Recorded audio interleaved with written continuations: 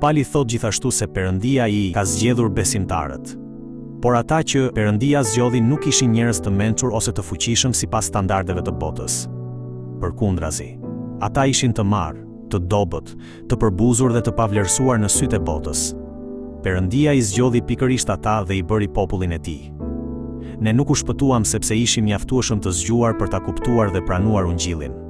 Ne besuam sepse Perëndia na zgjodhi i pari dhe na dha hirin e tij. Kjo është hiri i Perëndisë. Prandaj besimtari preket thellë dhe është mirënjohës kur mendon: Perëndia zgjodhi dhe shpëtoi një njeri si unë. Si rrjedhim, ai nuk mburret me aftësitë ose meritat e veta, por vetëm me hirin e Zotit. Në një jetë të tillë nuk ka vend për krenari, ndjenjë inferioriteti apo dëshpërim, sepse besimtari e di se nuk mund të jetojë pa hirin e Perëndisë dhe se hiri që ka marrë është jashtëzakonisht i madh. Prandaj, në vend që të mburret me veten, ai mburret me Zotin që i ka dhënë këtë hir.